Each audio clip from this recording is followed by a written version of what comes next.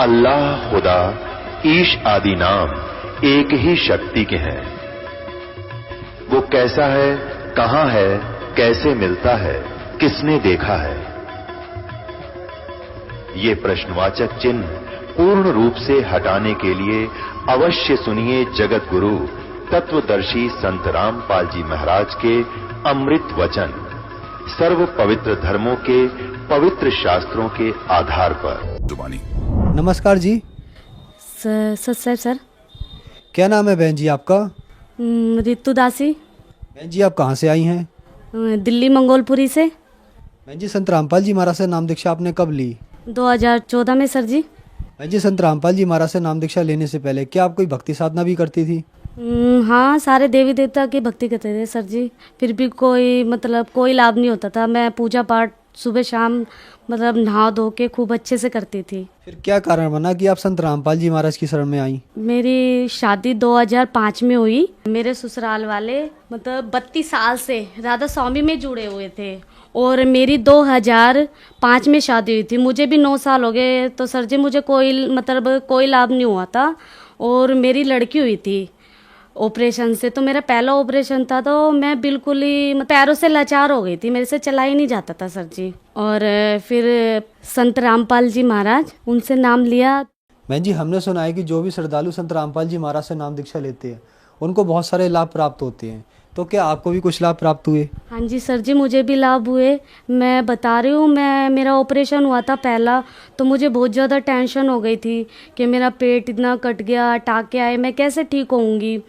तो गुरुजी से मैंने नाम लिया और नाम लेने के बाद 2-3 महीने बाद ही मुझे लाभ हो गए। बहुत ज़्यादा रोती थी, परेशान थी कि मैं कैसे ठीक होऊंगी।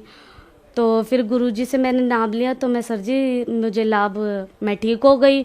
और मुझे ना आँखों में मोतियाबिंद हो गया था। तो 2-3 अस्पतालों में जाके और जवाब दे दिया। लास्ट अस्पताल था गुरु गोविंद, उन्होंने भी जवाब दे दिया कि आपकी ऑपरेशन तो हो जाएगा पर रोशनी आएगी नहीं आएगी, वो भगवान के ऊपर छोड़ दो। तो मैं बहुत ज़्यादा डर गई। फिर मैं बहुत रोई उस दिन।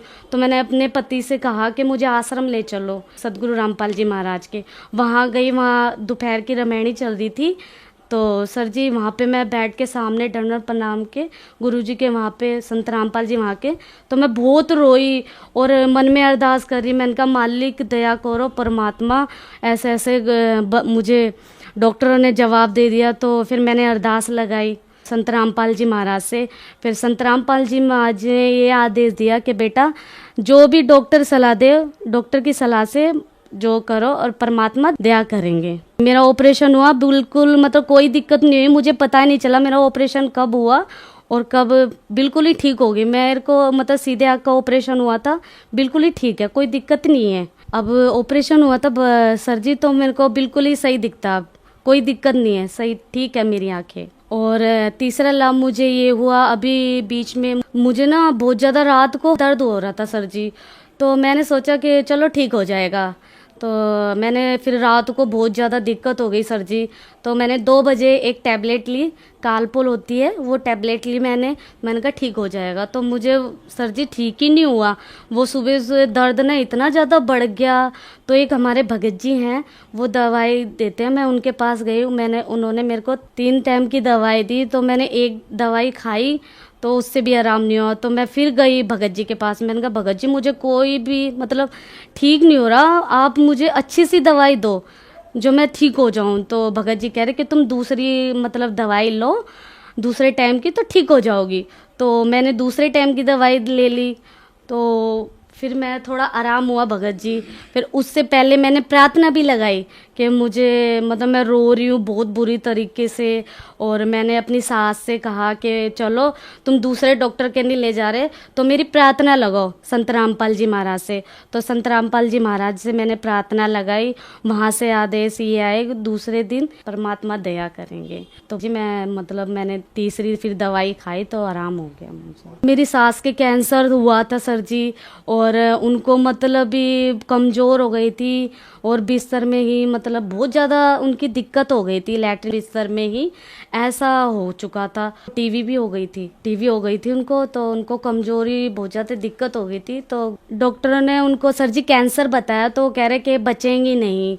तो फिर गुरु संत रामपाल जी महाराज जी से नाम उपदेश लिया उन्होंने, तो ठीक हो गई। आज संत रामपाल जी की दया से पूरा परिवार हमारा जो दिक्कत में था, हमारे ससुर भी बहुत ज़्यादा उनको पैरालाइज अटैक बहुत ज़्यादा हो गए थे, तो अब मतलब संत रामपाल जी महाराज की शरण में हम आते ही सबको लाभ हो रहे हैं, सब ठीक है, कोई दिक्कत नहीं है हमें।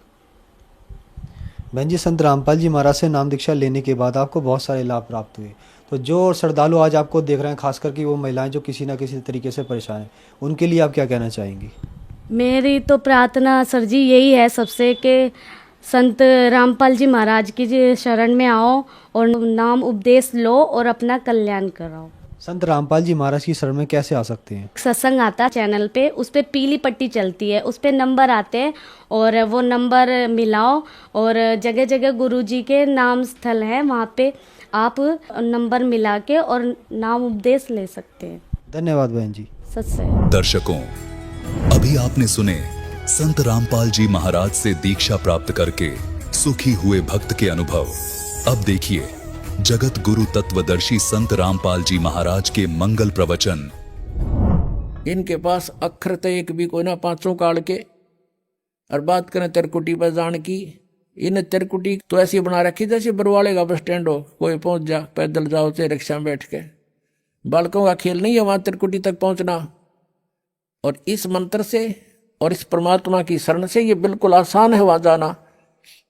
और इनका ज्ञान दिखाते हैं जो वेदों से भी ऊपर का ज्ञान बताते हैं। देखिएगा, सारवचन राधा स्वामी वार्तिक, राधा स्वामी सत्संग व्यास से प्रकाशित। ये है सारवचन वार्तिक। प्रकाशक हैं जगदीश चंद्र सेठी, सेक्रेटरी राधा स्वामी सत्संग व्यास, डेरा बाबा जयमल सिंह, पंजाब।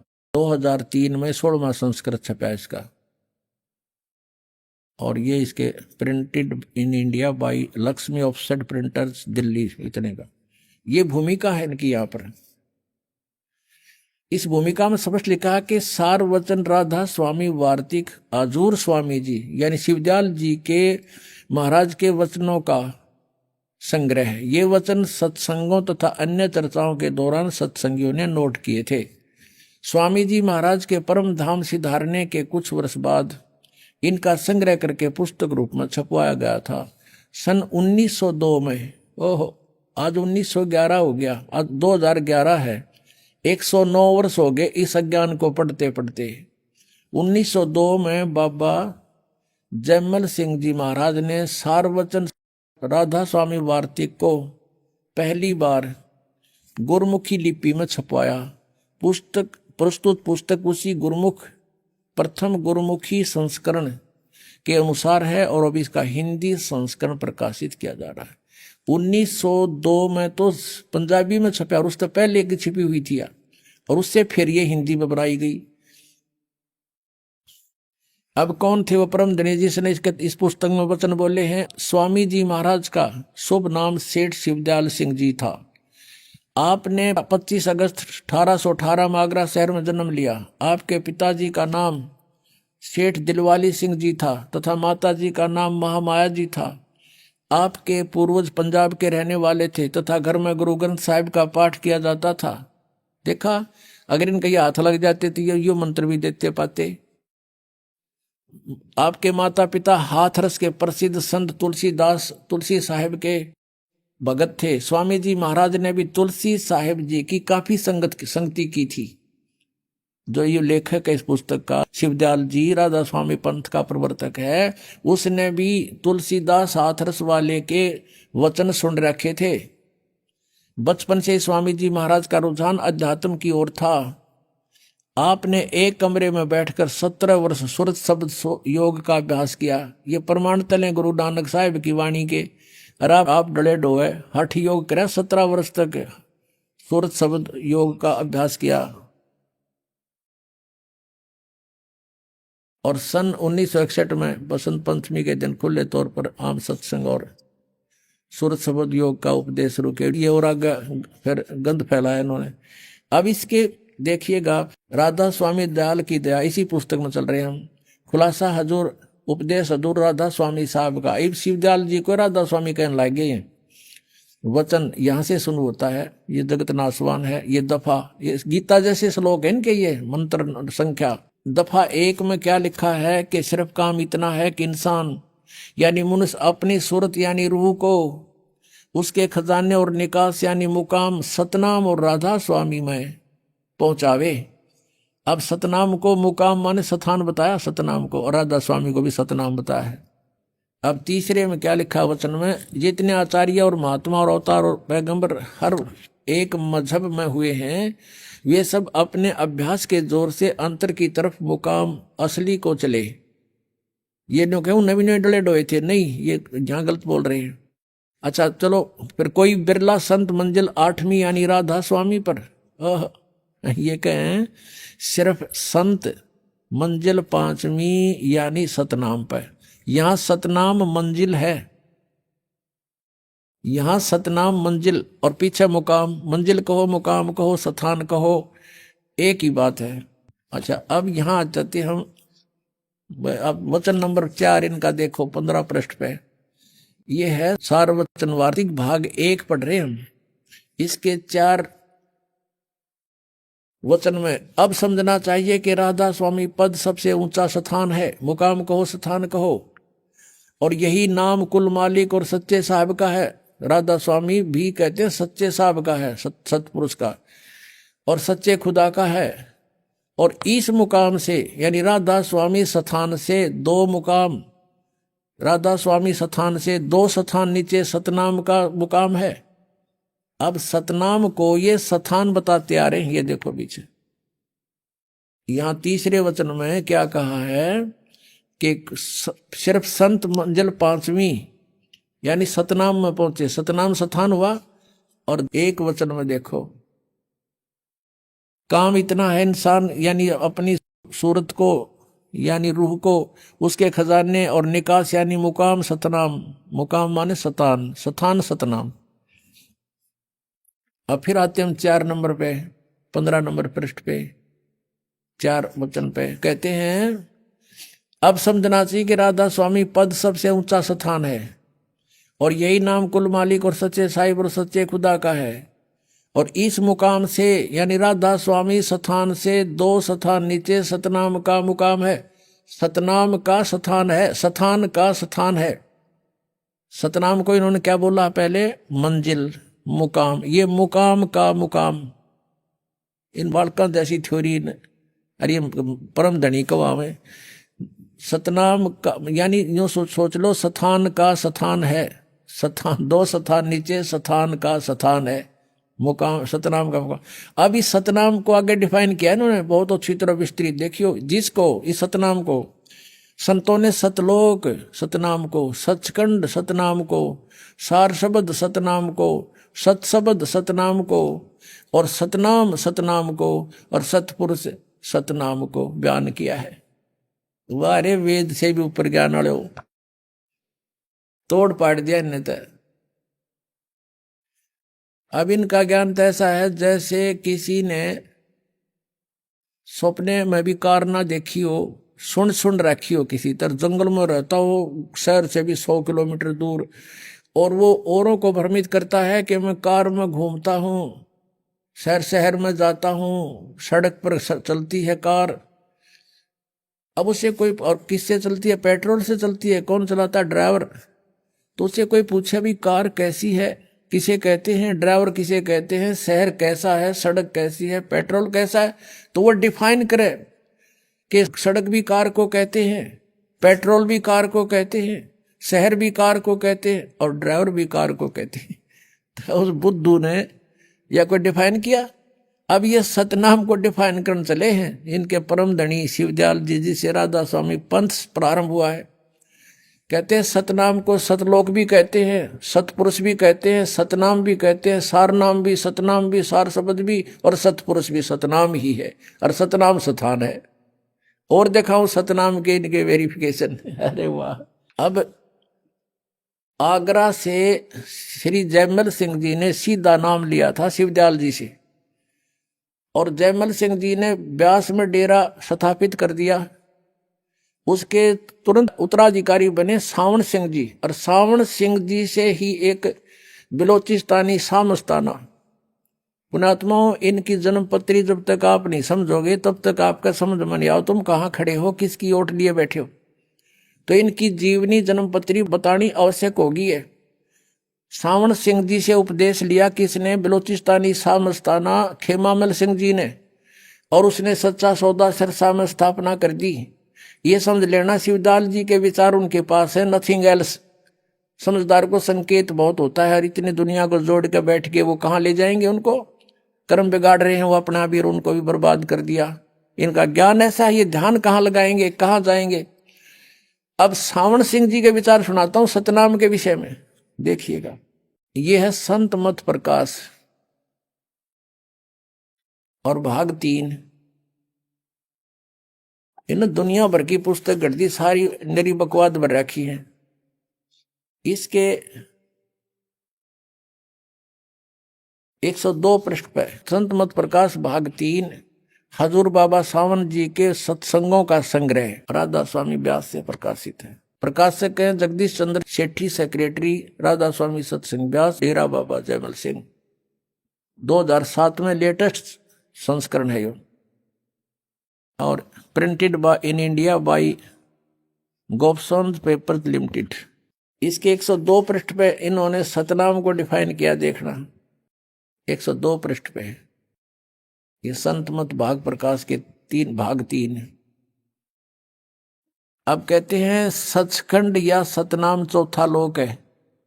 सचखंड कहो तो सतनाम चौथा लोक है, ठीक है।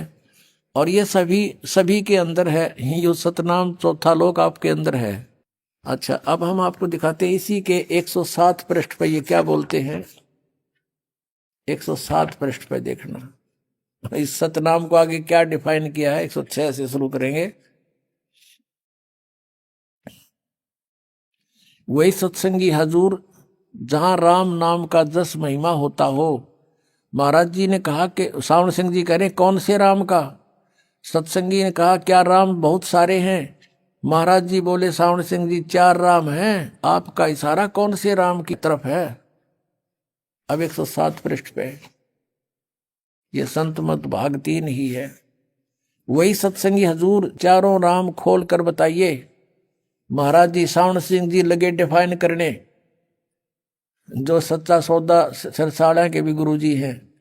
एक राम दशरथ घर डोला है, एक राम घट घट में बोला है, एक राम का सकल पसारा, एक राम त्रिभुवन से न्यारा। अब देखियो, पहला राम राजा दशरथ के बेटे जो त्रेता युग में हुए अवतार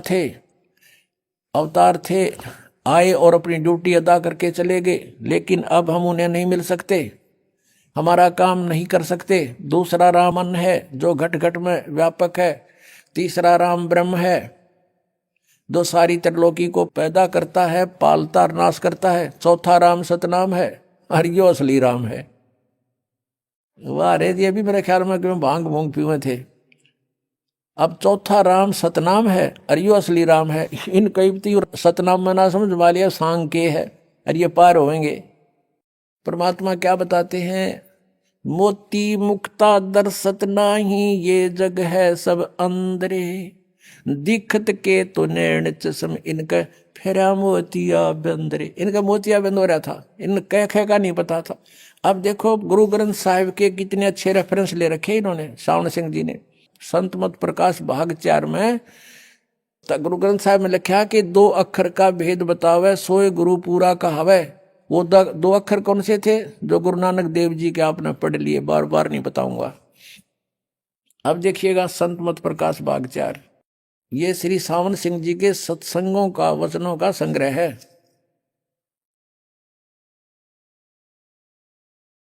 और ये इनके गीता के से वर्ड हैं। गीता जैसे कति आज तक 150 वर्ष से चल रहे हैं, इनके सैकड़ों वर्षों से।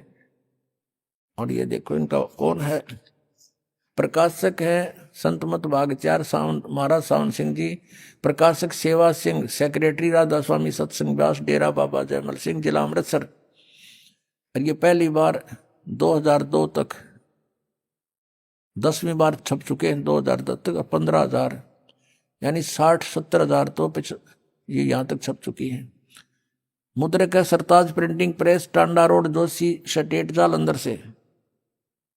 अब हम आते हैं इसके पृष्ठ नंबर 261 पर। यहाँ सावन सिंह जी अक्सर रूप निखरती चाली छोड़ दिया अब देश बेगाना, ये है अमृतवाणी शिवदयाल की। हर खोलन चला है सावन सिंह। देखना, यह संसार सर है और जो अक्षर है वह ब्रह्म है और नी अक्षर पार ब्रह्म है। जब यह संसार बना हम इस महल दुनिया में गुजारा करते आ रहे हैं, किंतु अब गुरु की कृपा से आत्मा इस महल को छोड़कर सतलोक को जा रही है। गुरु ग्रंथ साहिब में बड़े गहरे और गुप्त रहस्य हैं। गुरु ग्रंथ साहिब का रेफरेंस दे रहे हैं। ये एक स्थान पर आता है 52 अक्षर लोक तरह सब है कुछ इनके माही, ये अक्षर खिर जाएंगे वो अक्षर इनमें नाही। यानी इसका संकेत तो गुरु ग्रंथ साहिब में नानक जी की वाणी का है कि वो असली मंत्र इन वेदों में को नहीं, और वो अभी तक उनमें नहीं लिखा गया, क्योंकि उस समय आदरणीय कबीर परमेश्वर जी की, पूज्य कबीर परमेश्वर जी की वाणी भी लिखी नहीं गई थी जब गुरु ग्रंथ साहिब के नानक साहब ने वाणी बोली थी। 52 अक्षर संस्कृत भाषा के हैं, शायद ही कोई ऐसी भाषा हो। इसको अनुवाद कर रहे हैं ये सावन सिंह जी, जिसके 52 अक्षर हों। इस संसार का सारा मामला 52 अक्षरों में आ जाता है। पिंड अंड का हाल तो 52 अक्षरों में आ गया। आगे 2 अक्षर और हैं, 2 अक्षर और हैं जो पार ब्रह्म हैं। वो 2 अक्षर यू खुद तो कह रहा है पार ब्रह्म है। इसके विषय में ग्रंथ साहिब में लिखा है कि सोई गुरु पूरा कहावे, 2 अक्षर का भेद बतावे, और एक छुड़ावे एक लखावे तो प्राणी निज घर को पावे। फिर कहते हैं जे तू पढ़िया पंडित, बिना 2 अक्षर 2 नावा, 2 अक्षर 2 नाम है, 2 अक्षर के 2 नाम है वह। और पर्णवत नानक एक लंघाए जे कर सच समावा। ये गुरु ग्रंथ साहिब के इस पन्ने पर अंकित है। गुरु ग्रंथ साहिब में लिखा है कि सोई गुरु पूरा कहावे, 2 अक्षर का भेद बतावे। हरि ये क्या भेद बताओगा इसका देखना। यदि तुम गुणी हो ज्ञानी, इसका अनुवाद करेंगे। यदि तुम गुणी हो ज्ञानी हो तो वे अक्षर बताओ, वे अक्षर पार ब्रह्म है। आप प्रश्न करे, आप उत्तर दे रहे सावन सिंह जी, वो तो पार ब्रह्म है। 2 अक्षर है, एक अक्षर ने दुनिया बनाई और एक अक्षर ने सतलोक बनाया। वाह रे वाह। और यही कबीर साहब कहते हैं, कह कबीर अक्षर 2 भाख और होगा खसम तलेगा राख। अब ये गुरु ग्रंथ साहिब में कबीर साहब की वाणी लिखी है 329 पृष्ठ पे। कह रहे हैं, कबीर साहब कहते हैं, कह कबीर 2 अक्षर भाख, भाख माने बोल के सुना, और ये नौके आगे पाओगे पार ब्रह्म है। वो अक्षर है पार ब्रह्म पाओगे। आगे 2 अक्षर और हैं जो पार ब्रह्म है, वो मरे पाछे मिलेंगे इन्हें। और रेफरेंस दे रहे हैं जिन महापुरुषों की वाणी को, वो तो कह रहे हैं 2 अक्षर बोल भाख, यानी 2 अक्षर का नाम देना चाहिए। और होगा खसम तलेगा राख, यानी इस नाम के देने का अधिकारी कोई संत होगा तो आगे रक्षा होगी। गुरु नानक साहिब जी कहते हैं, एक अक्षर हर मन बसै नानक होत निहाल। एक अक्षर और है जो सार नाम है, वो तीसरा मंत्र है, इसकी तरफ संकेत है। इन संतों महापुरुषों की वाणी भगवान की वाणी सही है, लेकिन ये समझ नहीं सके। एक स्थान पर फिर गुरु साहिब कहते हैं, वेद कतेब सिमरत सब शासत, इन पढ़्या मुक्त ना होई। एक अक्षर जो गुरुमुख जापे तिसकी निर्मल होई। अब गुरु ग्रंथ साहिब के इस 747 पृष्ठ पे न्यू लिखा है कि उस अक्षर का जाप करना गुरुमुख ने, यानी गुरु धारण करके गुरुमुख होकर के फिर उसका जाप करना है। ये नो के पार ब्रह्म में मिलेंगे। ये देखो, वह अक्षर आपके अंदर है और पार ब्रह्म जाकर मिलेगा। ये अनुवाद करे सावन सिंह। अब वाणी क्या कह रही है गुरु ग्रंथ साहिब की कि एक अक्षर जो गुरुमुख जापे, ये तो जाप करना है गुरुमुख होके, गुरु जी का शिष्य बनकर, कोई परम संत बनाकर। और ये कह रहा है ये वह अक्षर आपके अंदर है, मरे पाछे मिलेगा और पार ब्रह्म जाकर मिलेगा वो। जब भूत बन देंगे। है अकल देखो इनकी, वाणी क्या कह रही है, अनुवाद क्या कर रहे हैं। तो अभी तक हम इनको परम संत मान के हमने डाउट ना होया। अब इनकी कितने भी थ्योरी ठीक नहीं पाओगी, आपको देख लेना है। यह धर्म हमारा धर्म नहीं, यह जात हमारी जात नहीं, यह देश हमारा देश नहीं, हमारा देश सचखंड, हमारी जाति सतनाम। यो सतनाम में ना समझ मारे इनके केक बताने लगे थे जिन्हें। अरे वाह, हमारा धर्म सतपुरुष है, धर्म इनका सतपुरुष है। ये पराया देश छोड़कर आत्मा अपने देश को जा रही है। और देखो यह आत्मा इस पुराने महल को जिसमें लाखों जन्म रही छोड़कर और सतनाम में जा रही है। ये देखो एंडमेंट बोल रहे। अब इन्होंने कहीं की ईंट कहीं का रोड़ा, और यूं राधा स्वामी पंथ जोड़ा। अब देखो अंदर शब्द के दर्जे हैं, ओम शब्द, सोहम शब्द और सत शब्द। ये गीता जी के 17वें अध्याय का 23वां श्लोक की तो सुन लिया इनने, इसमें यो और जोड़ दिया और सत शब्द। इसका किसी ने पता है कोई नहीं। परमात्मा कहते हैं सोहम शब्द हम जग में लाए और यो तैबा हमने गुप्त छिपाए, गुप्त बता दो नहीं तीसरा कित। और ये इनका जाप भी ना करते। और ये 2 अक्षर हैं जो पूरा गुरु बतावे है, सोई गुरु पूरा कहावे 261 पृष्ठ पे। ये संत मत भाग के गुरु ग्रंथ साहिब की वाणी लिखे, सोई गुरु पूरा कहावे 2 अक्षर का भेद बतावे। वो तो इब्बा बताओगा जीवित में, मेरे पास से के बताओगा जाने के बाद। स्पष्ट कर रहे हैं गुरु ग्रंथ साहिब की वाणी तो। और एक छुड़ावे एक लखावे, ओम का जाप करेंगे काल से छुटवाएगा। और दूसरा मंत्र है वो हमें सतलोक भौर गुफा तक ले जाएगा। वो मंत्र आगे पहुंचा नहीं सकता जब तक सार नाम नहीं होगा। वो वहां से दर्शन हो सकते हैं, वो सतलोक है, लेकिन जा नहीं सकते। बीच में पारदर्शक एक बहुत बड़ा सीमा है बना रखी है परमात्मा ने। तो वो एक मंत्र है, वो अलग से मिलेगा, एक छुड़ावे एक लखावे, उन 2 अक्षर में तो बता रखे है। तो पुण्यात्मा अब और दिखाते हैं इनके विषय में क्या कहा भगवान ने। बेखों के लश्कर फेरे ये बाणी चोर कठोरे, सतगुरु धाम न जावेंगे ये 84 के डोरे। संतों की वाणी को चुरा कर पंथ जोड़ कर बैठ गए, न कह का नहीं पता महापुरुषों की वाणी क्या कह रही है, ये खुद उपदेश क्या दे रहे हैं। कहाँ वो 5 नाम, 5 नाम वो नहीं है। गुरु ग्रंथ साहब में 5 नामों का भी जिक्र है, और उन 5 नामों से मोक्ष नहीं है। वो 5 वो नहीं है, निरंकार ओंकार ये कहीं नहीं लिखा गुरु ग्रंथ साहिब में। वो 5 नाम अलग है, 5 प्रधानों के हैं। इन 5 प्रधानों के जो आपको दिए जाते हैं। अब यो तो आपने देख लिया, मोती मुक्ता दर्शत नाही ये जग है सब अंदरे, दिखत के तो नैन चश्म इनका फेरा मोतिया बंदरे। ये संत कमावे थे और गुरु ग्रंथ साहब की वाणी को उल्टा पाठ पढ़ावे थे। अब देखना इनके कर कमलों से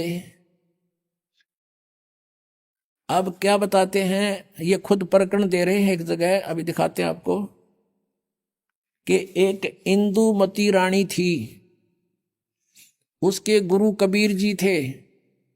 और कबीर जी, इनका सिद्धांत क्या है राधा स्वामी वालों का, कि भगवान ऊपर सतलोक में सतपुरुष निराकार है, वहां केवल प्रकाश ही प्रकाश है। और यहां से मुक्त हुई आत्मा उस सतलोक के प्रकाश में यानी परमात्मा में ऐसे लीन हो जाती है जैसे बूंद समुद्र में, यानी वहां कोई अलग अस्तित्व नहीं रहता जीव का। इनका अपना विधान तय यो है, और वास्तविकता क्या है वो भी प्रकट दिखाऊं इन्हीं के कर कमलों से। अंधों के, अंधा मीन तत्व ज्ञान हीन नेत्रहीन थे ये। अब देखना 264 पृष्ठ पे इसी संत मत भाग 4 के और पृष्ठ नंबर 264 पे सत्संगी ने सावण सिंह जी से पूछा, हजूर संतों की पदवी कहाँ तक है। सावण सिंह जी महाराज जी कहते हैं, हमारी इतनी बुद्धि और अकल नहीं कि हम संतों की पदवी को समझ सके। फिर भी सुनो, रानी इंदुमती कबीर साहब के समय में हुई थी। फिर पहले कबीर साहब मालिक में जाकर विलीन हुए। लेकिन अपनी विधान से बता रहे हैं कि पहले तो कबीर साहब जाकर उस सतलोक में मालिक में निराकार भगवान में लीन हो गए जैसे बूंद समुद्र में। और पीछे रानी हुई पाछे तो रानी उसमें समुद्र में एक कम एक होगी, डूब कर मर गई। और जब रानी ने सचखंड में जाकर कबीर साहब की पदवी को देखी तो कहने लगी, महाराज यदि आप पहले ही बता देते कि मैं अकाल पुरुष हूं, मैं ही परमात्मा हूं, सतपुरुष हूं, तो मैं भजन सुमन कर करके व्यर्थ परेशान ना होती। कबीर साहब ने उत्तर दिया, तुमको उस समय विश्वास नहीं आना था। अब देखो इनकी थ्योरी अंधों की। कहते हैं कि पहले तो कबीर साहब जाकर मालिक में विलीन हो गए, पाछे तो रानी डूब कर मर गई, उसमें विलीन होगी। और फिर जो के सचखंड में जाकर रानी ने कबीर साहब की पदवी देखी और कहने लगी, महाराज, और फिर बतलाए किस टाइम भाई दोनों डूब कर मर गए इनकी थोड़ी थे। फिर बतलाए किस टाइम हुए आपस में। अकल हमारी इनकी देखो गांव जा रही थी अकल इनकी। अब वो दोनों बतलान लगे। कहते सचखंड में जाकर कबीर साहब की पदवी देखी तो कहने लगी रानी कि महाराज यदि आप पहले बता देते कि मैं काल पुरुष हूं, वो तो थे काल पुरुष, वो परमात्मा ही थे। अब ये बात तो साची यार, इनका उदाहरण इनके विपरीत है। फिर वो बतलाए कैसे अलग अलग अस्तित्व है भगवान का, वहां पर आत्मा का और परमात्मा का। फिर दिखाते हैं एक और 189 पृष्ठ पे। हाँ, ये देखो, इन ज्ञानहीनों की पुस्तक में देख लो, संत मत प्रकाश भाग 4, और यहां देखा 189 पृष्ठ पे। या कहते हैं इसी तरह रानी इंदुमती थी। जब उसको कबीर साहब सचखंड ले गए तो उसने वहां जाकर देखा कि कबीर साहब ही सतपुरुष हैं। बताओ फिर तारा धनी कित रहेगा जब कबीर साहब सतपुरुष है, वो कित गा तुम्हारा परम धनी। हाय हाय, कबीर साहब सतपुरुष हैं, ये पूर्ण परमात्मा है, ये बिल्कुल सही है। इंदुमती कारी बिल्कुल ऐसा ही प्रकरण है। और कहती है, हाय हाय, अगर आप मुझे इतना बता देते कि मैं ही सतपुरुष हूं तो क्या मैं आपकी सेवा न करती। कबीर साहब कहते हैं कि तुझे विश्वास न आता, अब तू आ गई है तो तेरी मर्जी कह ले। अब ये बिल्कुल सही है कि वहां अस्तित्व अलग अलग है दोनों का। भगवान रूप में कबीर परमेश्वर वहां तख्त पर विराजमान है, और जाने वाली आत्मा इंदुमती ने जब परमात्मा को वहां देखा, जब कहा सचमुच आप तो सत्यपुरुष हैं। हरियन दे आप पहले लिख रहे हैं इस बात को, और फिर भी शिवदाल परम धनी बताओ है ये। और वहां बताते हैं पहले कबीर साहब विलीन हो गए, फिर रानी विलीन होगी, और फिर बतलाए वो दोनों। अरे कहते हैं मोती मुक्ता दर्शत नाही, ये जग है सब अंदरे, ये दिखत के तो नैन चश्म, इनका फेरा मोतिया बंदरे। ये दिखत है संत ने कह का बिना पता, आज तक इनका सतनाम समझ में नहीं आ लिया। और बात बनाओ सतलोक दान की। अब 2 अक्षर का भेद बतावे। गुरु नानक देव जी की वाणी में प्रमाण है, गुरु ने ये जाप किया और मोक्ष प्राप्त किया। तो पुण्यात्माओं, आपको ये विश्वास दृढ़ कराना है कि जो साधना तुम कर रहे ये फाइनल है और मोक्ष कंपलसरी है, नो डाउट। सत्संग में आने से प्राणी को आत्म ज्ञान के साथ साथ परमात्म ज्ञान भी होता है। आत्म ज्ञान का अर्थ है कि हम कौन हैं, कहां से आए हैं, कैसे यहां इस जन्म और मृत्यु के इस घोर संकट में हम फंसे हुए हैं। ये सत्संग से जानकारी होती है, और परमात्म ज्ञान, उस परम अक्षर ब्रह्म की जानकारी भी सत्संग से ही होती है।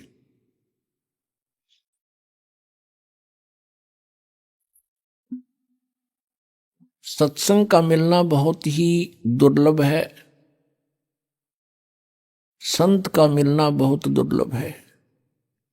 और पुण्यात्माओं, आपका कितना सौभाग्य है, आपके कितने पुण्यकर्म आपके साथ हैं कि आपको सत्संग मिला और सतगुरु मिले। सतगुरु का अर्थ होता है सत्य ज्ञान दाता। वैसे तो गुरु शब्द पर्याप्त है, गुरु मीन मार्गदर्शक। लेकिन ये नकली गुरु बहुत हो गए, जिस कारण से सच्चे गुरु, सत्य गुरु कहना पड़ा, सच्चा गुरु।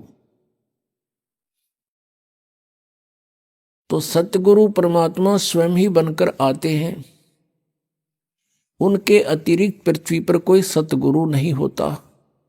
अन्य जो काल के दूत हैं वो भले ही अपने आप को सतगुरु कहते हों या उनके अनुयायी भी उनको सतगुरु की उपमा से सुशोभित कर रहे हों, पर वो संत, वो सतगुरु नहीं होते। परमात्मा कहते हैं खर ना होवे के हरि कबहू, सिंह की खाल उठाए। गधे को यदि शेर की खाल उठा दे लायन की, तो वो गधा शेर जैसा अवश्य लगने लग जाएगा, पर वो शेर नहीं होता, सिंह नहीं होता। अब खाल ओढ़े हुए गधे को और ओरिजिनल सिंह को कैसे पहचानेंगे? उनकी बोली से पहचाने जाते हैं। एक कुम्हार था शरारती सा, उसने कुबद सूझी, उसको कहीं जंगल में शेर की खाल पागी, और वो क्या करे, अपने गधे पर डाल दे रात ने, शाम को, और खेतों में छोड़ दे। उसने खेतों में रखवाले होते थे फसल के, वो देखे चांद की रोशनी में कि शेर खड़ा है, सिंह आ गया, सिंह, वो भाग गए गांव में, और वो गधा खूब घास को फसल खावे और अच्छा तगड़ा हो गया। ऐसे सब जगह शोर मच जाता है कि रात को शेर आता है और फसल खा जाता है। एक अन्य कुम्हार को पता चला कि भाई शेर घास तो ना खाया करे। उसने पता लग गया कि ऐसे ऐसे कोई जरूर शरारत कर रहा होगा, कोई कुम्हार ने गड़बड़ कर रखी है, अपना गधा पाले है वो। उसने आकर के गांव में कहा भी शेर को मैं पकड़ लूंगा। गांव वाले कहने लगे भाई नहीं नहीं, खा जाएगा तुझे भी। उसने बहुत कुछ समझा बुझा के कहा कि मेरे साथ चलो। वो 5-4 गधे ले आया अपने,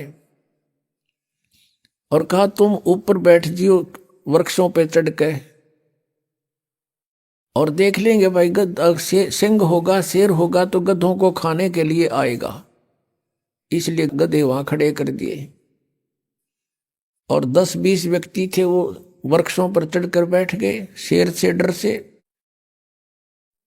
अब थोड़ी सी देर में उन गधा ने अपनी बोली बोली। जो 5-4 गधे थे वो मिलाकर सुरमसुर, उधर से उस गधा जो शेर छोड़ रखा था, खाल उड़ा रखी थी, उस गधे ने भी सुरमसुर मिलाया। वो लग गया वह बोली बोलन करता, ढूंचो ढूंचो, वो वहीं आ खड़ा हुआ। इतना उछल कूद करी, वह खाल उतर गई उसकी। फिर वो पकड़ा, उसको मार गड़िया। फिर गांव वाला ने चलो खेती खवाई सो खवाई, तो नाम डरा भी दिए। तो पुण्यात्मा, गधे की और शेर की बोली से पहचान होती है। सतगुरु और असतगुरु की उनके ज्ञान से पहचान होगी। अब ये ज्ञान आपके समक्ष करेगा ये दास के सतगुरु यानी सिंह की आवाज कैसी होती है और नकली सतगुरु की आवाज कैसी होती है। उनके ज्ञान से पता चलता है सतगुरु और असतगुरु का। तो पुण्यात्माओं, परमेश्वर ने 600 वर्ष पहले कहा था, जब वो अपनी लीला करने आए हुए थे, जैसा भगवान किया करता है। आपको सदग्रंथों में प्रमाण दिया कल रात्रि के अंदर कि वो परमात्मा सतलोक में रहता है, और वहां मनुष्य सदृश शरीर में है। वो तेजों में शरीर है उसका। एक रोमकूप में करोड़ सूर्य मिला दे, करोड़ चंद्रमा, ऐसा एक रोमकूप की रोशनी है उन परमात्मा की। और जब वो परमेश्वर यहां अपने बच्चों को संभालने के लिए आता है, तत्व ज्ञान प्रचार करने के लिए आता है, तो वो अपने रूप को सरल करके आता है, नॉर्मल। और वो 2 सतीथी माता है। एक तो प्रत्येक युग में शिशु रूप धारण करके एक लीला करता है, जो उसकी निर्धारित होती है, सुनियोजित, पहले से उद्देशित होता है, और फिर एक किसी पूर्व जन्म के संस्कारी को प्राप्त होते हैं। वो बच्चे को ले जाते हैं, परमात्मा कुंवारी गाय का दूध पीते हैं। पुण्यात्माओं, आप शिक्षित हो, परमात्मा को पहचानना बहुत आसान हो गया है। हम अभी तक भगवान को पहचान नहीं पा रहे थे, और हम अपने सदग्रंथों को सत्य भी मानते थे। और जिस भी संत या ऋषि ने सदग्रंथों के आधार से हमें ये बताया कि ऐसा पुराण में ऐसा लिखा, शिव पुराण में ऐसा, विष्णु पुराण में ऐसा, मार्कंडेय पुराण में ऐसा, देवी पुराण में ऐसा, और वेदों में ऐसा, तो हमने सत्य मान लिया कि ये संस्कृत के ज्ञाता हैं, इन्होंने सदग्रंथों को ठीक समझा होगा। तो उन्होंने हमें क्या बता दिया कि श्री ब्रह्मा जी, श्री विष्णु जी, श्री शिव जी ये सुप्रीम पावर हैं, अजरो अमर हैं, इनके कोई माता पिता नहीं है। तो हमने कोई डाउट नहीं हुआ, क्योंकि हम विद्यार्थी हैं, और जिनको हम गुरु मानते थे, अब विद्यार्थी गुरु के किसी वचन में दोष निकालता है तो विद्यार्थी ठीक नहीं। फिर विद्यार्थी कहाँ का, वो तो जिज्ञासु गया था, जैसा टीचर पढ़ाएगा वो ग्रहण करेगा। अभी तक हमारे साथ ऐसा बना रहा कि नकली गुरुओं ने जो भी लोक वेद सुनाया हमने सच्चा मान लिया, सत्य माना, और वो आज तक वो बिजली गिरी रही हमारे ऊपर। हम शास्त्र विरुद्ध ज्ञान ग्रहण किए हुए थे, शास्त्र विरुद्ध सारी साधनाएं करते रहे, और हमारे सारे पूर्वज भूत बन गए। फिर उनके श्राद्ध निकलवाए। यदि साधना ही ठीक होती तो भूत बनने की आवश्यकता ही नहीं थी, और प्रेत बनने के बाद फिर वो खावेगा कि कैसा मूर्ख बना रखा था हमारे को। हमारे माता या पिता, दादा दादी, जैसे भी वो शरीर छोड़ गए जो उनसे, जब वो जीवित थे दिन में 3-3 बार आहार करते थे प्रतिदिन, और फिर 364 में थे, एक दिन उसकी तृप्ति के लिए श्राद्ध निकाल दिया और को पेट भर छका दिया वो नकली गुरु। तो 364 दिन वो क्या खाएंगे आपके पितर? कैसा मूर्ख बना रखा था हमारे को। या तो फिर डेली छकाओ, उसने जो गुरु जी ने कहा मैं उसका भोजन भेज दूंगा वहां पर। तो इस तरह की जो गलत धारणाएं थी परमात्मा ने आकर सेट करी।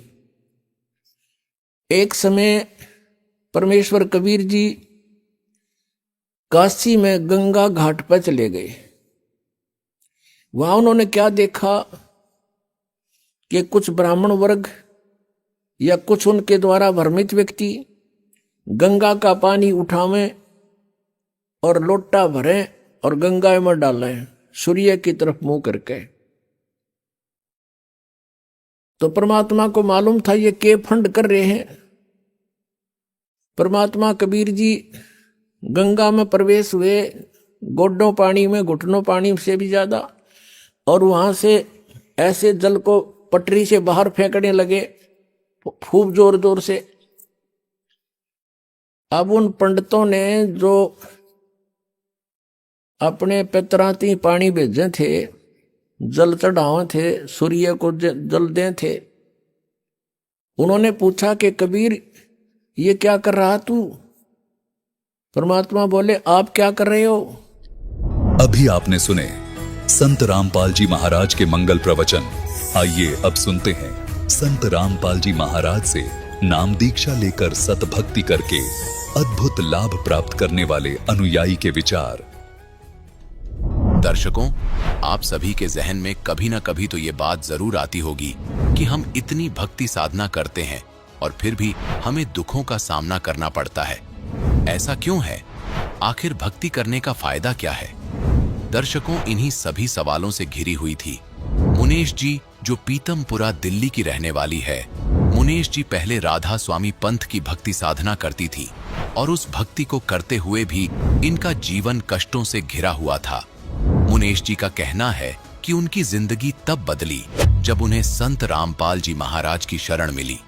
आखिर संत रामपाल जी महाराज से नाम दीक्षा लेने के बाद इन्हें ऐसे क्या लाभ हुए आइए सुनते हैं मुनेश जी की कहानी, उन्हीं की जुबानी। नमस्कार जी। नमस्कार सर जी। क्या नाम है बहन जी आपका?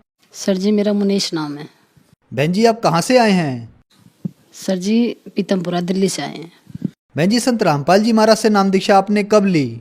सर जी हमने संत रामपाल जी महाराज से 2004 9 अप्रैल को ली थी। बहन जी संत रामपाल जी महाराज से नाम दीक्षा लेने से पहले आप क्या भक्ति साधनाएं करती थीं? हाँ जी सर, हम सभी देवी देवताओं को मानते थे, उन्हीं की भक्ति करते थे, साधना और आपके ये श्राद्ध वगैरह निकालते थे, इन्हीं सब को मानते थे और कीर्तन वगैरह भी करते थे।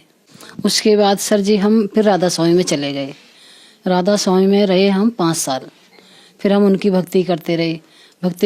वो साधना बताते थे अपने 5 नाम की, वो हम करते रहे। करते करते जैसे गुरुजी बताते थे हम सुबह शाम 2-2 ढाई घंटे ऐसे ही लगातार भक्ति करते थे। हम ऐसे ही करते रहे, ना हम कभी मांगने जाते थे कुछ भी। पहले राधा स्वामी में भी कभी कुछ नहीं मांगा हमने। हमको मतलब यही लगन रहती थी कि हम बस परमात्मा की भक्ति करते रहें और पार हो जाएं यहाँ से हम। बहन जी आप राधा स्वामी पंथ में भक्ति करती थी, तो फिर आप संत रामपाल जी महाराज की शरण में कैसे आईं? सर जी हम संत रामपाल जी महाराज की शरण में ऐसे आए कि 2003 में सत्संग सुनते रहे हम। फिर हम इधर गए लोनी साइड में, मेरे भाई रहते हैं दिल्ली में, तो वहाँ पे मैंने पोस्टर लगे देखे कि वहाँ पे संत रामपाल जी महाराज के पोस्टर लग रहे थे। दिल्ली में करावल नगर में सत्संग था गुरुदेव का। तो वहाँ पे मैंने भगत जी को बताया कि संत रामपाल जी महाराज तो सत्संग कर रहे करावल नगर में। फिर हम वहाँ सुनने के लिए चले गए। सत्संग सुना हमने वहाँ पे। सत्संग सुना तो फिर वहाँ पे हम बैठे रहे। तो मैंने कहा अपने हस्बैंड को कि वहाँ पे तो मतलब कोई शक्ति है परमात्मा की, जो मतलब मेरे को ऐसा लगा वहाँ पे मेरा शरीर बिल्कुल ऐसे हो गया एकदम से शीतल सा। तो वहाँ पे बैठे रहे। फिर हमने खाना वगैरह खाया, सत्संग सुना। परमात्मा मतलब वेदों में से और गीता में से ही बता रहे थे संत रामपाल जी महाराज, वो हम सुनते रहे। फिर हमने वहाँ पे खाना वाना खाया। फिर हमें एक लखनऊ की बहन मिली वहाँ पे। उन्होंने कहा जी आप दोनों नाम ले लो संत रामपाल जी महाराज से। हमने कहा जी अभी नहीं लेंगे, हम थोड़ा भी ज्ञान सुन रहे हैं, कल लेंगे संत रामपाल जी महाराज से नाम। वो कहने लगी जी कल तो आपको काल नहीं आने देगा। हमने कहा जी काल क्यों नहीं आने देगा, जब हम आज आए हैं तो कल भी हमें काल आने देगा। फिर हमने उनसे चर्चा करी। फिर उन्होंने हमसे कहा कि पता नहीं मुझे कोई वाइट कपड़ों में आया और वो ये कह के चला गया कि जो दोनों मर्दवीर खड़े हैं आप इनको समझाओ, इनको नाम दिलवा दो। फिर उन्होंने हमको समझाया। फिर हमने वहाँ से सारा समझ के फिर हम अपने घर पे मतलब चले गए। फिर हम अगले दिन आए 2004 में 9 अप्रैल को हमने फिर संत रामपाल जी महाराज से करावल नगर दिल्ली में हमने ये दीक्षा ली। फिर दोनों ने। बहन जी संत रामपाल जी महाराज के अनुयायी बताते हैं कि उनको संत रामपाल जी महाराज से नाम दीक्षा लेने के बाद बहुत सारे लाभ प्राप्त होते हैं, तो क्या संत रामपाल जी महाराज से नाम दीक्षा लेने के बाद आपको भी लाभ प्राप्त हुए? हाँ जी सर जी, हमें लाभ हुए। सर जी मैं ना 13-14 साल की वर्ष से ही हार्ट पेशेंट हूँ, शुरू से ही मतलब बीमारियों से ही जूझती रहती थी। फिर उसके बाद हम मेडिकल में चले गए एम्स में दिल्ली। फिर वहाँ पे मेरा इलाज चला। फिर डॉक्टर ने कहा बहन जी आपकी दोनों वाल खराब हो चुकी हैं, आपकी बाईपास सर्जरी करनी ही पड़ेगी। फिर उन्होंने जी सर जी हमसे 1.25 लाख रुपया जमा करा लिया। फिर मेरे को ऑपरेशन थिएटर में वो ले गए। फिर ऑपरेशन थिएटर में ले गए, उन्होंने 2 बार एंजियोप्लास्टी करी तो उनमें मतलब वाल नहीं खुले दोनों। फिर उन्होंने कहा मेरे से बहन जी आपकी बाईपास सर्जरी करनी ही पड़ेगी। मैंने कहा सर जी कर दो। फिर मेरी बहुत हालत कंडीशन ख़राब थी, बहुत ज़्यादा। उस टाइम फिर मैं पढ़ी अपने परमात्मा संत रामपाल जी महाराज का ही याद कर रही थी ऐसे ही। तो वहाँ पे मतलब लेटे लेटे उस टाइम पर मुझे कोई चिंता नहीं थी, ना ही बच्चों की ना इनके पापा की। बच्चों के पापा ने मेरे से ये तक कह दिया था कि तेरे को कुछ हो भी जाए तो तू चिंता मत करना, यहाँ से चली भी जाए संसार से तो कोई बात नहीं, वहाँ तो सबको ही आना है, तेरे बाद में पीछे से हम भी आ जाएंगे। फिर मैं ऐसी लेटी लेटी संत रामपाल जी महाराज को याद करती रही। फिर संत रामपाल जी महाराज ने वाइट कपड़ों में आए, उन्होंने मेरे सर पे हाथ रखा कि बेटा तू अभी ठीक हो जाएगी, चिंता मत कर। फिर ऐसे कह के संत रामपाल जी महाराज अंतर्ध्यान हो गए। फिर मेरी उसी टाइम मेरी दोनों वॉल ऐसे ही अचानक से खुल गई अपने आप, बिना बाईपास सर्जरी के। डॉक्टरों भी ने भी थैंक गॉड बोला, मतलब बड़े खुश हुए डॉक्टर भी कि देखो ये कैसा चमत्कार हो गया कि मतलब अचानक से दोनों वॉल खुल गई। फिर मेरा भी खुशी का ठिकाना ना रहा। मैं फिर बहुत रोई बाद में कि संत रामपाल जी महाराज मुझको बचाकर चले गए। तो उस टाइम में पड़ी बस यही कह रही थी कि भगवान मेरी नैया उस पार लगा देना, तुम देखते मत रहना, झट आके बचा लेना। तो बस ऐसे कहते कहते फिर ये बिल्कुल मैं जगी हुई हूँ, ना कोई नींद है ना सपना है, बिल्कुल हकीकत बात है ये। संत रामपाल जी महाराज ने मेरे सर पे हाथ रखा और कहा बेटा अब तो ठीक हो जाएगी, चिंता मत कर।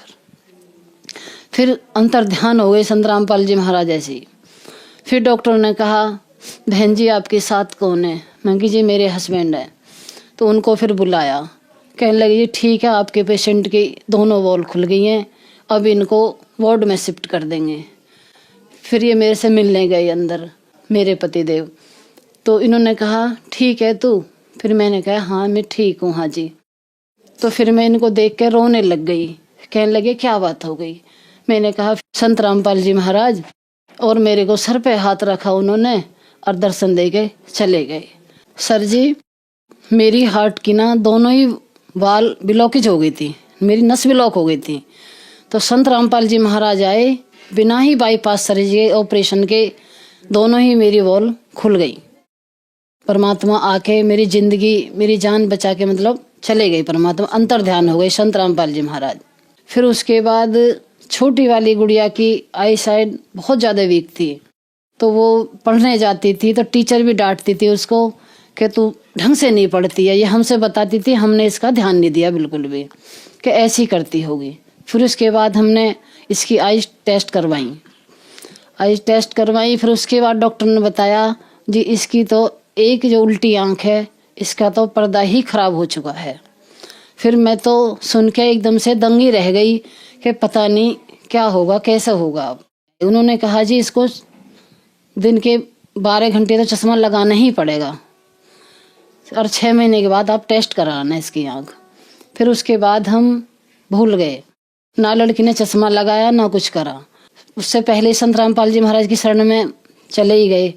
तो संत रामपाल जी महाराज ने फिर इस लड़की को बिना ही चश्मे के और बिना ही दवाई के आंख मतलब ठीक हो गई बिल्कुल, पर इसका चश्मा भी हट गया। जन्म इसका हुआ था तभी पंडितों ने बता दिया था इसकी कुंडली में कि आपकी लड़की की ना आगे चल के जब बड़ी होएगी तो इसकी आंखें बहुत ज़्यादा कमज़ोर रहेंगी। फिर हमने ध्यान नहीं दिया, मगर पंडित लोग तो ऐसे ही बोलते रहते हैं। फिर बाद में जाके यही हुआ जो उन्होंने बोला था कि इसकी फिर आंखें हमने टेस्ट कराई। फिर इसके मतलब डॉक्टर ने बताया जी एक पर्दा तो आपका ख़त्म ही हो चुका है इसका। फिर हम मतलब टेंशन भी हुई, भाई लड़की है पता नहीं कैसे क्या होगा। फिर उसके बाद संत रामपाल जी महाराज से ये जुड़ी गए हम 2004 में 9 अप्रैल को। उसके बाद संत रामपाल जी महाराज से नाम लेने के बाद में लड़की की आंखें बिल्कुल ठीक हैं आज। और सर जी हमारे जो बच्चों के पापा हैं वो बहुत ज़्यादा बीमार हुए। फिर हमें टेंशन हो गई, पता नहीं क्या होगा कैसा होगा। फिर हम हॉस्पिटल में गए, हॉस्पिटल वालों ने कहा जी इनके बोन टीवी हो गई, कि इनकी हड्डियां ही गल गई अंदर से। फिर डॉक्टर कहने लगे जी इनका तो ऑपरेशन ही करना पड़ेगा। अब सब कहने लगे जी रीढ़ की हड्डी का ऑपरेशन मत कराओ, मतलब पता नहीं कामयाब हो या ना हो। फिर डॉक्टर ने कहा जी ऑपरेशन तो कराना पड़ेगा, आपको नहीं कराओगे तो मर जाएंगे ऐसे। फिर हमने इनका ऑपरेशन करा लिया। सर जी इनका 5 घंटे का ऑपरेशन था, पर साधु रामपाल जी महाराज की दया से वो ऑपरेशन भी कामयाब हो गया। जैसे ही हॉस्पिटल में रहे अगले दिन ही डॉक्टरों ने इनको अपने पैरों से चला दिया। फिर हम तो हैरान रह गए, यही कहते रहे परमात्मा आप ही हो बचाने वाले, मतलब हमारा कोई नहीं है संसार में आपके सिवा। तो संत रामपाल जी महाराज ने हमारे ऊपर इतनी दया करी कि इनको ठीक कर दिया। 1 साल के अंदर अंदर पहले जैसे ही हो गए, अपनी जॉब पे भी जाने लग गए। पहले कुछ भी नहीं कर पाते थे, टॉयलेट वगैरह सब बिस्तर पे आ गया था इनका, सब कुछ करने लग गए थे। आज मालिक की दया से संत रामपाल जी महाराज की से बिल्कुल ठीक है। सर जी एक बार क्या हुआ, हमारे ने बिजली के ये मीटर लगवाए थे, तो हम दिल्ली जल बोर्ड के जो क्वार्टर हैं, फ्लैट है सरकारी, उन्हीं में रहते हैं। तो क्या हुआ, हमने कहा भैया हमारा जो है बिल वाला मीटर लगा दो आप। तो उन्होंने नहीं लगाया, कहने लगे जी आपको तो टोकन वाला मीटर लगेगा, जो कूपन लाते हैं खरीद के, फिर उसमें पैसे डालते हैं। हमने कहा भैया हमको डालना भी नहीं आता, वो कभी ख़त्म हो जाएगा तो फिर क्या करेंगे हम उसमें। कहने लगे नहीं जी यही लगेगा। फिर वो नहीं माने, ज़बरदस्ती उस मीटर को लगा के चले गए। फिर 1000 रुपये का हमने कूपन उसमें ला के डाल दिया। 1000 रुपये का लाने के बाद 1000 का और ले आए, हम एडवांस में रख लेंगे, फिर कभी ख़त्म होगा तब डाल देंगे। फिर क्या हुआ बगैर सर जी, उसको कूपन को डले हो को वही कूपन हमारा 3 साल तक यूं ही चलता रहा। वो चेक करने भी आए, उनको समझ में कुछ नहीं आता था। कहते जी पता नहीं आपके मीटर में क्या हो गया, इसके तो पैसे ही ख़त्म नहीं होते कभी भी। तो हमने फिर अपने मन में सोच रहे थे भाई तो संत रामपाल जी महाराज जी पैसे बढ़ा सकते हैं, उसमें सब कुछ कर सकते हैं, और कौन है करने वाला, कोई नहीं इस पृथ्वी पे। तो वो 3 साल तक हमारे पैसे ऐसे ही चलते रहे। फिर 3 साल के बाद उन्होंने वो मीटर ही फिर अपने आप ही चेंज करा, हमने कुछ नहीं बोला उनके लिए। बहन जी संत रामपाल जी महाराज से नाम दीक्षा लेने के बाद आपको बहुत सारे लाभ प्राप्त हुए, तो जो दर्शक आज आपको देख रहे हैं, खास करके राधा स्वामी पंथ वाले, उनके लिए आप क्या कहना चाहेंगी? हम तो प्रार्थना ही कर सकते हैं कि सभी भाई बहनों को हाथ जोड़ के प्रार्थना करती हूँ, आप आ जाओ, नाम ले लो, आप संत रामपाल जी महाराज से जुड़ जाओ। ये मनुष्य जन्म बार बार नहीं मिलेगा, एक बार मिला है। जैसे परमात्मा कहते हैं कि तरवर से पत्ता टूट गिरे बहोर न लगता डार। आप ऐसे जैसे पत्ता टूट जाता है पेड़ से, ऐसे पता नहीं कहाँ जाके गिर जाओगे, फिर हाथ भी नहीं आएगा ये शरीर। तो मैं तो यही प्रार्थना करती हूँ हाथ जोड़ के, मालिक की दया से, संत रामपाल जी महाराज की दया से, कि सभी भाई बहन आएँ और संत रामपाल जी महाराज से नाम लें और अपना उद्धार करवाएं, कल्याण करवाएं परमात्मा से। इनसे बड़ा संत रामपाल जी महाराज से कोई नहीं है पृथ्वी के ऊपर।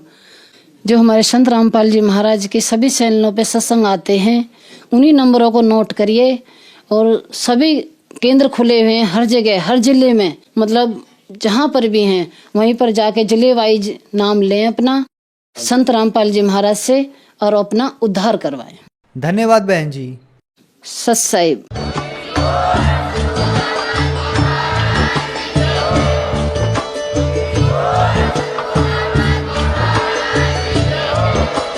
आप सुन रहे थे जगत गुरु तत्वदर्शी संत रामपाल जी महाराज जी के मंगल प्रवचन। अधिक जानकारी के लिए विजिट कीजिए हमारी वेबसाइट www.jagatgururampalji.org। संत रामपाल जी महाराज जी के शुभ आशीर्वाद से पूरे विश्व भर में 500 से भी ज्यादा नाम दीक्षा केंद्र हैं, जिन पर संत रामपाल जी महाराज जी द्वारा ऑनलाइन निशुल्क नाम दीक्षा दी जा रही है। अपने नजदीकी नाम दीक्षा केंद्र का पता करने के लिए संपर्क करें 8222880541।